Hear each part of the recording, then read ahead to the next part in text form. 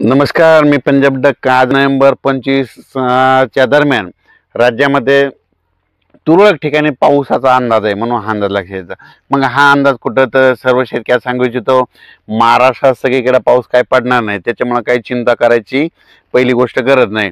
फक्त काय होणार आहे, आंध्र प्रदेश, तामिळनाडू, कर्नाटक, तेलंगणा आणि केरळ या राज्यामध्ये पाऊस पडत असल्यामुळं त्याच्या सीमालगत कोणते जिल्हे आहेत, मग एक सांगली जिल्हा, कोल्हापूर जिल्हा, सातारा जिल्हा, सोलापूर जिल्हा, पंढरपूर जिल्हा, पुणे, त्याच्यानंतर इकडं धाराशिव ह्या पट्ट्यामध्ये काय होणार आहे, मग 24-25 तारखेला तुरळक ठिकाणी थेंब येणार आहे, कुठंतरी थोडाफार पाऊस पडणार आहे, सडा टाकल्यासारखा.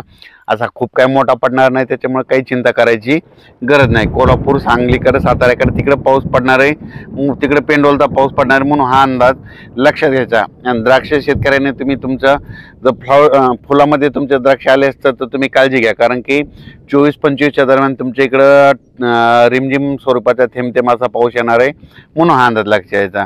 मग त्याच्यानंतर 25 नंतर राज्यातला परत पावसाचा जोर कमी होईल, त्याच्यानंतर राज्यामध्ये परत पाऊस येणार आहे का, तर राज्यातल्या सर्व शेतकऱ्यांना सांगू इच्छितो की मी एक प्रत्येक वेळेस अंदाज जर म्हणत असतो ना, तुम्ही एक वहीमध्ये काय करा, वर्षानुवर्षाचा डिसेंबर महिन्यातला एक कायमचाच अंदाज लक्षात घ्या.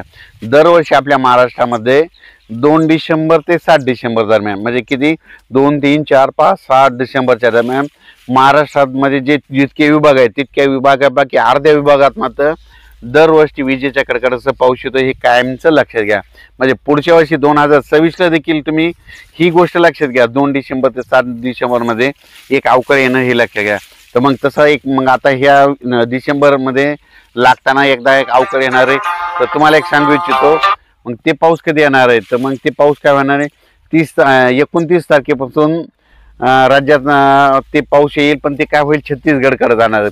मग ते छत्तीसगडकडे जात असताना नागपूरकडे जात असताना मग काय होणार आहे की त्याचा पाऊस काय होणार, विदर्भात पडणार आहे. मग विदर्भात पडत असताना तुम्हाला एक सांगू इच्छितो काय होणार आहे, चंद्रपूर जिल्हा, यवतमाळ जिल्हा, नागपूर जिल्हा, भंडारा जिल्हा, गोंदिया, त्याच्यानंतर इकडं छत्तीसगड, मध्य प्रदेशकडे काही पडन, त्याच्यामध्ये अमरावतीकडं, अकोल्याकडं ह्या पट्ट्यात पडत पडत उत्तर महाराष्ट्राकडे मग ते काय होईल, 28 तारखेपासून ते 2 डिसेंबरच्या दरम्यान मग उत्तर महाराष्ट्राकडे नंदुरबार जिल्हा, धुळे जिल्हा, जळगाव जिल्हा ह्या पट्ट्यामध्ये काय होईल, मग संभाजीनगरच्या काही भागामध्ये मग 29 तारखेचे 5 डिसेंबरच्या दरम्यान तुरळक ठिकाणी ते पावसाचा अंदाज आहे, म्हणून लक्षात यायचा. पण मागं जसं पडला तसं काय एवढा मोठा काही खूप पाऊस पडणार नाही, म्हणून हे लक्षात यायचं. आणि उत्तर महाराष्ट्रात म्हणजे नाशिककडं, इगतपुरीकडं तिकडं थंडी जास्त असल्यामुळं तिकडे काही खूप काही पावसाचा असर होणार नाही.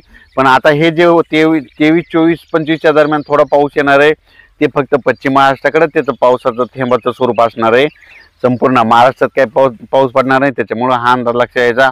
नांदेड जिल्हा, कारण की तेलंगणाकडे पडत असल्यामुळं नांदेडच्या काही जिल्ह्यामध्ये तुरळक ठिकाणी थेंब येतील, लातूर जिल्ह्यामध्ये तुरळक ठिकाणी कुठंतरी थेंब येतील, परभणी जिल्ह्यात तुरळक ठिकाणी थेंब येतील, हिंगोली जिल्ह्यात तुरळक ठिकाणी थेंब येतील, यवतमाळकडे तुरळक ठिकाणी थेंब येतील, बीड जिल्ह्यात तसंच होईल. त्याच्यानंतर